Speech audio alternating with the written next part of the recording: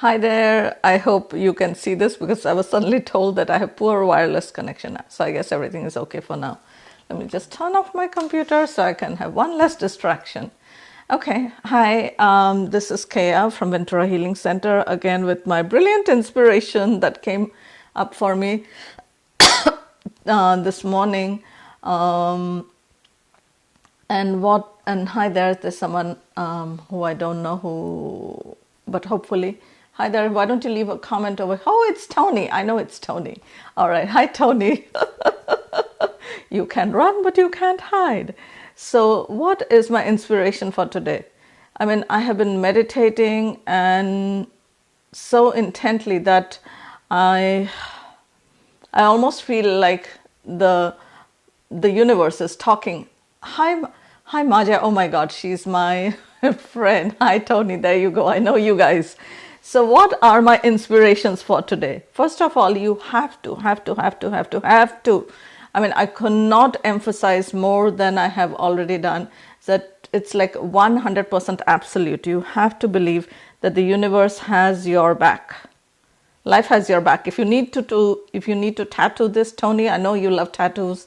Put a tattoo on your back saying, life has your back. The universe has your back. Okay?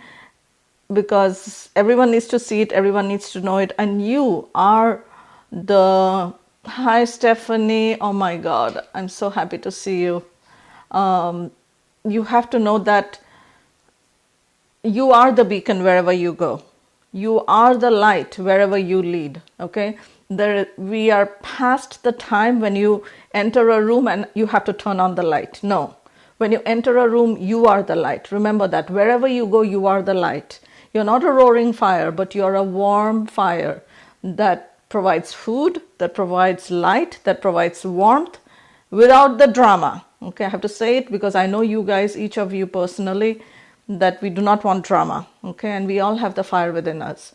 It's the kindness, it's the concern. We lend our voice to those who can't speak. We lend our hands and feet to those who cannot do or walk. Okay, so that's what we are right now. And to live in that faith. Now, how do you live in that faith? Because there's something called hope. You know, it's one of the taglines of Ventura Healing Center for the last 15 years. Healing, hope, happiness. Okay? And hope is a word I picked up from Viktor Frankl's book where he talked about... Yes, thank you, Tony. So... And I keep calling you Tony, but actually he's Antonio. But I love him, and I have always known him as Tony, so he's like my kid brother, and I call him Tony. So Viktor Frankl spoke about hope, and hope because he was a psychologist, and he worked during the Nazi days. And of course, he became a prisoner. But because he was doctor, people did not know that he wasn't like a medical doctor. He wasn't an MD. He was a PhD. So he got to live. And people made him treat those who were ill and who were sick. And because they just thought he's doctor, because he was Dr. Frankl. And after the camps were freed of the Jews, and people... Hi, Judy Ann. So after they came in, the troops, the Allied forces came, the Russians came, and the Jews were freed from the concentration camp, he came to America and he wrote a book, The Meaning of Life. Oh my God, I forget. But Viktor Frankl, look him up. Frankl is Frankl. Look him up. And that book is a very easy read. You know, I have given away my book to whoever was the next person who needed to see it. Hi, Jumita. And and in that book, he wrote about hope. And he said that people worked. Okay, people worked at the camp. They worked very hard at the camp. But one day, a person just lay on the ground. And he wouldn't move. And he didn't care if people kicked him, if people spat on him, if people beat him up, or they just threw him out. Like he was alive and was being tossed out with the carcasses, with the dead, because he had given up hope. So the difference between the living and the dying is hope. So those who live, those who survive, because we are constantly talking about how many people have died, But if you think about, it's like 3 to 4% who are dying. Okay, if you take all the mass from 0 to 100, whatever we have, or maybe there is someone who's 115 and 117 years old alive. And from that, the people who are dying are the people who are giving up on hope. So, and we are focusing on only those who are dying, like 3 to 4% people. So if out of every 100 people, out of every 100 who have been infected, because not everyone has been infected. So whoever has been infected, out of them, only 4% have died. So why don't we focus on that 96% and use that to give us hope? And why don't we focus on the rest of, because we are like, 7 billion people or more than 7 billion people on the planet, on only, hi Bilkish, and only a few million of us have been infected. So that means, again, more than 90% of us have not been infected. And from the 10% who have been infected, I'm just making up these numbers now, only 3% have succumbed to the disease. And all those who have succumbed to the disease were already weak, were already suffering with something else, some other condition. Like I have 3 kids. One of them has an autoimmune condition, and one of them has asthma, and the other one is lazy and lives in his room. And he doesn't mind my saying this, okay? Those of you who have 20-year-olds trapped in their rooms watching, they are still, teenagers who turn 20 but don't realize they are 20-year-old. They still act like teenagers. So those are my children. And one of them could die, or both of them could die. But we don't live under that fear. We do not live under that thought. We know that we will be fine. We know, hi Rick, hi Lucas. So we know we will be fine. So when you live in that faith, you trust that you will be taken care of, you will be provided for. Most of us don't have jobs, okay? More than nearly 7 million people just in America have filed for unemployment. That means we don't have jobs. But somehow we still have a roof, and we still have water, and we still have heater and an air conditioner, and we have food.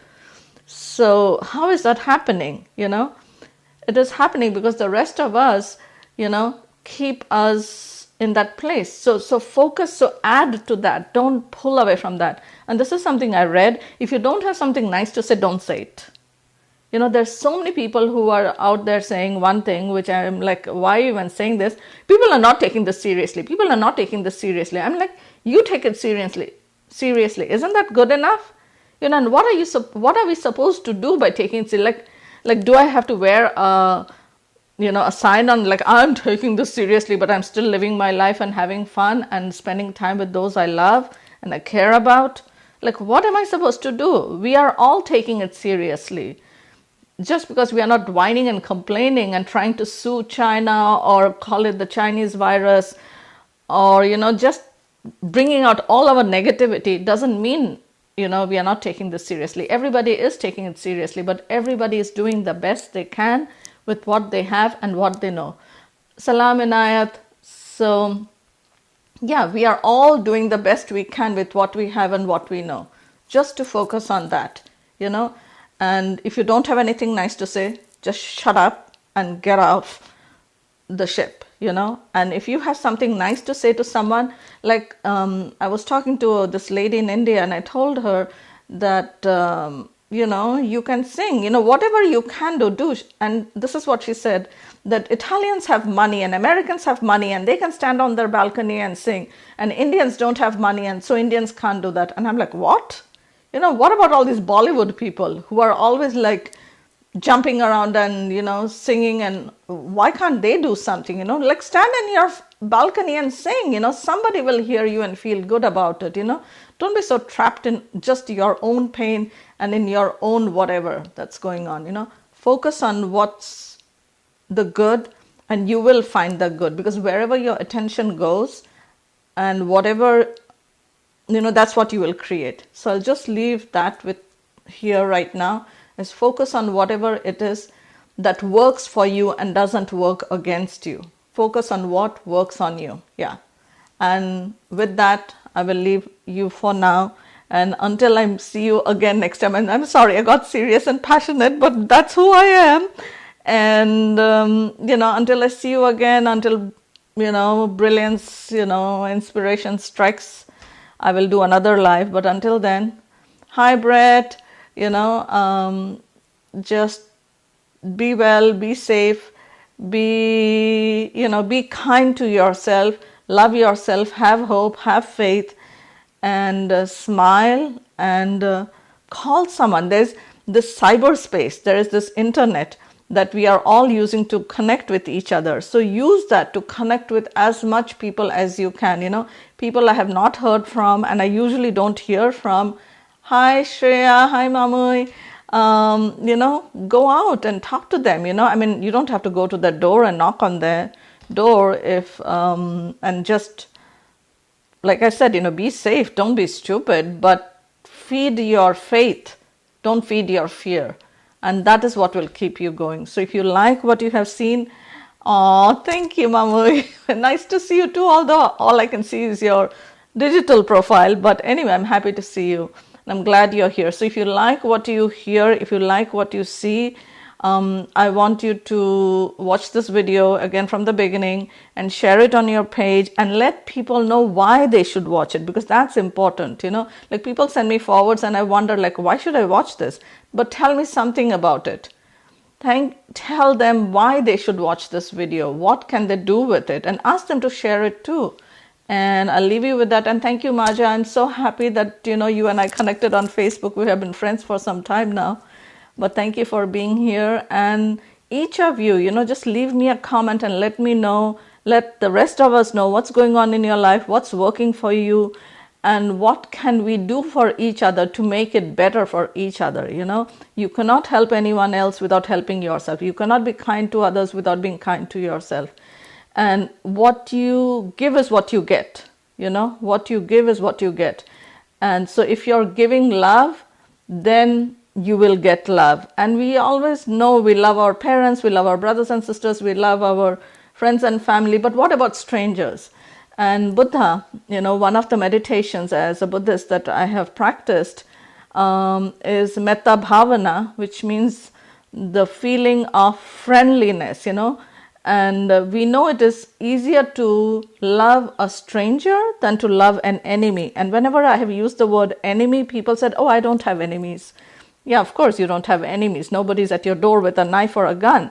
But what about people you wouldn't love naturally, people you feel distance with? Because we all have judgment. We all have people who we believe are not like us, Like if I think of myself as a brown woman in her 50s, single, a mother of 3, working for herself. And so anyone else that doesn't have one of these things in common, I'll be like, I'll just wait. And being an introvert, I will wait for them to come to me and try to talk to me, because I'm not an extrovert who needs to go out and talk to people and tell them what's going on in my life and not even knowing who they are and if they are really interested in me or not. So this is a very good time for introverts, I'll tell you. We introverts, we have always been cooped up in our room and doing our own thing. We love it. We thrive in our own shells. And I understand how hard it is for extroverts.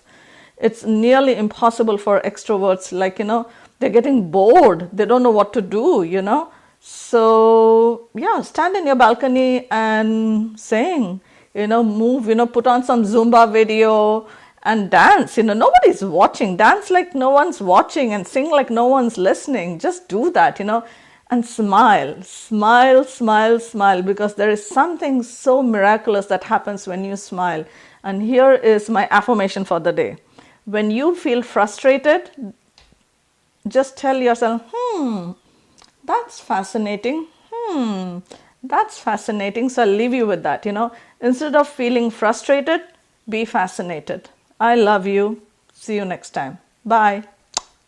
Hugs for you. There you go, hugs. And I'm on my phone, so I can't use both my hands to hug you. There you go. Bye.